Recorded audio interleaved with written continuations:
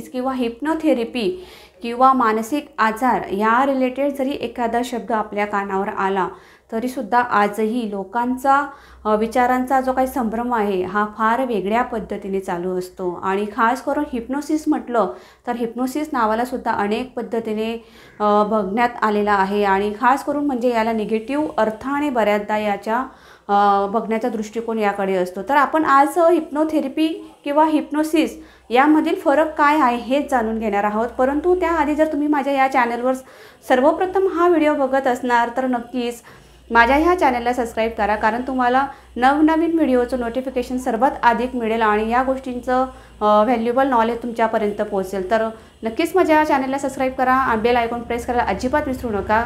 Share आणि लाईकसुद्धा करा, कारण आज आपण बघणार आहोत की हिप्नोसिस, कारण मी जर तुम्ही हा व्हिडिओ आता सुरुवातीला पहिल्यांदाच बघत असाल तर माझे आवर्जून तुम्हाला एक विनंती आहे की या आधीसुद्धा मी एक व्हिडिओ पोस्ट केला आहे ज्यामध्ये हिप्नोसिसबद्दल काय म्हणजे लोकांच्या मनात धारणा आहेत किंवा हिप्नोसिस ॲक्च्युअलमध्ये काय आहे किंवा त्याची हिस्ट्री कशी आहे किंवा तो कसा आला आहे, तर या संदर्भात मी व्हिडिओ दिलेला आहे। तर नक्की तुम्ही तो व्हिडिओसुद्धा आवर्जून बघा, कारण तुम्हाला त्यानंतर या गोष्टी कळायला नक्कीच सोप्या होतील। तर नक्कीच तुम्ही तो व्हिडिओसुद्धा बघा। तर आज आपण जाणून घेणार आहोत की हिप्नोसिस vs हिप्नोथेरपी। आता तुम्ही म्हणाल आता हिप्नोसिस काय वेगळा प्रकार आहे, गेल्या व्हिडिओसुद्धा तुम्ही हेच म्हणला होता, आणि हिप्नोथेरपी काय वेगळा प्रकार आहे असं तुम्ही म्हणत आहात। तर खरंच या दोघी गोष्टींमध्ये खूप मोठा म्हणजे डिफरन्स आहे आणि हिप्नोसिस हा पार्ट वेगळ्या पद्धतीने असतो आणि हिप्नोथेरपी हा पार्ट वेगळ्या पद्धतीने असतो। तोच आपण आज समजून घेणार आहोत। तो कशा पद्धतीने, तर हिप्नोसिस हा जो एक ट्रान्स अवस्था ज्याला आपण म्हणतो, तर ती ट्रान्स अवस्था म्हणजे काय की आपली नैसर्गिक अवस्था जी असते जी आपण स्वतःला सुद्धा करू शकतो आणि इतरांकडनं सुद्धा या गोष्टी केल्या जातात। तर त्यामध्ये काय येतं, एक नैसर्गिक मानसिक अवस्था जी असते ज्यामध्ये आपण मागाशी सुद्धा तुम्हाला त्या व्हिडिओमध्ये सांगितलं आहे की रिलॅक्सेशन खूप महत्त्वाचं असतं, ज्याला आपण स्टेट ऑफ माइंड ठेवण्यासाठी आपण करतो असतो त्याला प्रोग्रेसिव्ह रिलॅक्सेशन म्हणतो, किंवा एक ध्यान अवस्था म्हणजे आपलं मन एकाग्र करण्यासाठी त्याचा वापर करू शकतो। आणि सगळ्यात महत्त्वाचं म्हणजे हे कोणीही करू शकतो, म्हणजे याला असं करून एंटरटेन म्हणून बघितलं जातं। तुम्ही बऱ्याचदा बघितलं असेल एखाद्या वाहिनीवरती म्हणजे टेलिव्हिजनवर कदाचित तुम्हाला एखादा शो दिसला असेल तर तिथं हिप्नोसिस कशा पद्धतीने एखाद्या स्टेजवर बऱ्याचदा एखादा हिप्नोटिस्ट असतो ना, तो काय करतो की समूहामध्ये सुद्धा हिप्नोसिस करत असतो। म्हणजे अनेक लोकांना एकाच वेळेस स्टेजवर बोलवलं जातं आणि त्यावेळेस त्यांना काही अशा सजेशन दिले जातात जे त्यांच्या माइंडपर्यंत म्हणजे त्यांच्या ब्रेनवर ते हॅमरिंग होतात, अवस्थेला म्हणजे ते पोचतात की जे तो हिप्नोटिस्ट बोलणार आहे की जेव्हा ज्या सजेशन ज्या सूचना त्यांच्या मनापर्यंत पोचत आहेत तसं तो व्यक्ती त्याला रिप्लाय देत असतो, सपोर्ट करत असतो आणि त्या गोष्टीप्रमाणे तो माणूस एक अवेअर असतो, म्हणजे ना पूर्ण झोपलेला असतो, निद्रा अवस्थेत असतो, एक चेतन अवस्थेत असतो।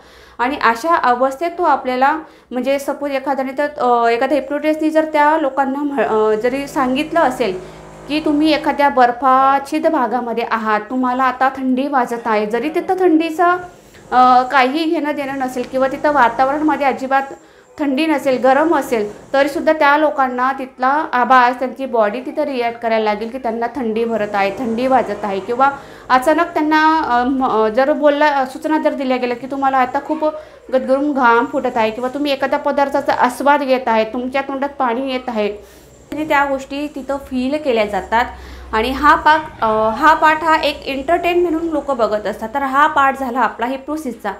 तर मग हिप्नोथेरपी म्हणजे काय आणि त्याचं मग आपण काय करू शकतो, तर हा खूप इम्पॉर्टंट आहे आणि आज आपण हिप्नोथेरपी काय असं ते बघूया। हिप्नोथेरपी ही एक प्रक्रिया असते जी आपल्याला एक मानसिक रुग्णांवर किंवा मानसिक आजारांवर तिला केलं जातं एक थेरपीच्या माध्यमातून, ज्यामध्ये आपण बऱ्याचदा ऐकलं असेल CBT वगैरे।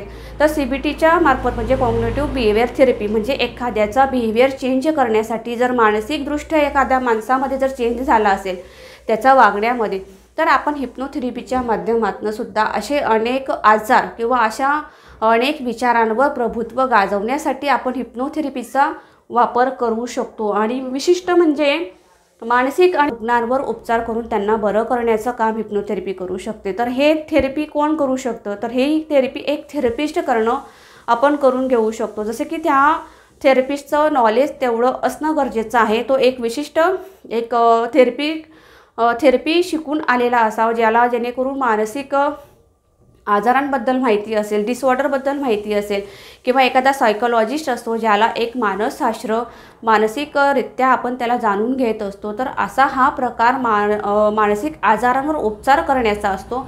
तर या थेरपीला आपण हिप्नोथेरपी किंवा क्लिनिकल हिप्नोथेरपीसुद्धा म्हणतो, जे डिसऑर्डर वाईज आपण करू शकतो. जर मग कोणत्या आजारांवर होते, मग एन्झायटी असेल, फोबियाज असतील वेगळ्या OCD सारखे आजार असतील, किंवा इतर मानसिक आजार असतील, अति ट्रेस ज्या लोकांना येत असतो त्यांना अशा लोकांना तो ट्रेस कंट्रोल करण्यासाठी म्हणजे ट्रेस मॅनेजमेंट असेल, अशा विविध मानसिक रोगांवर किंवा विविध मानसिक आजारांवर आपण हिप्नोथेरपीच्या माध्यमातून आजार कमी करू शकतो किंवा आटोक्यात आणू शकतो. तर या एकच अट असते, ती म्हणजे या थेरपीला एक थेरपिस्टची गरज असते. म्हणजे जो थेरपिस्ट या गोष्टींमध्ये माहीर असेल किंवा या गोष्टी त्याला जमत असेल, तर अशाच थेरपिस्टकडनं किंवा अशाच तज्ज्ञांकडून तुम्ही या गोष्टी करू शकतात. नाहीतर कसं होतं, बऱ्याचदा असं होतं की एखाद्याला हिप्नोटाईज करता येतं किंवा हिप्नोथेरपिस्टमधलं तुम्हाला कदाचित यावरून अंदाज आलाच असेल. एखादा हिप्नोटिस्ट काय करतो की एखाद्या व्यक्तीला हिप्नोटाईज करून तो त्या गोष्टी त्याच्यावर करत असतो, किंवा एखादा एंटरटेन म्हणून हा एक प्रोग्राम लावला जात असतो, तर हा हिप्नोटिस्ट करत असतो. तर हिप्नोथेरपिस्ट काय करत असतो की एखाद्या रुग्णांवर तो उपचार पद्धती देऊन त्या मानसिक रुग्णाला त्या आजारातून परिपूर्ण बरं करण्याचं काम त्या हिप्नोथेरपीच्या माध्यमातून थेरपी देऊन तो करत असतो. तर हा एक फरक झाला हिप्नोथेरपी आणि हिप्नोसिसचा. जर कदाचित तुम्हाला या गोष्टीतनं यावरून तुम्हाला समजलंच असेल की हिप्नोथेरपी आणि हिप्नोसिस यामधला काय फरक आहे. हिप्नोसिस हा एक एंटरटेन म्हणून सुद्धा बघितला जातो, किंवा हे स्वतःहून आपण स्वतःला सुद्धा करू शकतो, एखाद्या विशिष्ट सजेशन देऊन किंवा विशिष्ट प्रकारच्या स्वतःवरती काही गोष्टी म्हणजेच सूचना देऊन त्या सूचना देऊन आपण या गोष्टी फील करू शकतो. तर अशा पद्धतीने हा हिप्नोसिस पार्ट झाला. आणि हिप्नोथेरपी हा एक पार्ट हा फक्त वैद्यकीय पद्धतीने किंवा उपचारात्मक म्हणून आपण त्याला बघत असतो, किंवा या गोष्टींवर प्रक्रिया करून हिप्नोथेरपिस्ट त्या व्यक्तीला बरं करत असतो. तर नक्कीच माझा हा प्रयत्न तुम्हाला समजला असेल की हिप्नोसिस आणि हिप्नोथेरपी यामधील काय अंतर आहे किंवा यामधील काय फरक आहे. जर तुम्हाला हा व्हिडिओ आवडला असेल आणि थोडा फारही इन्फॉर्मेटिव्ह वाटला असेल, तर नक्कीच माझ्या या चॅनलला सबस्क्राईब करा. आणि जर तुमचे काही अजून डाऊट असतील हिप्नोथेरपी रिलेटेड, किंवा हिप्नोथेरपी तुम्हाला जाणून घ्यायची असेल किंवा शिकून घ्यायची असेल, तर नक्कीच तुम्ही आमच्याशी संपर्क करा.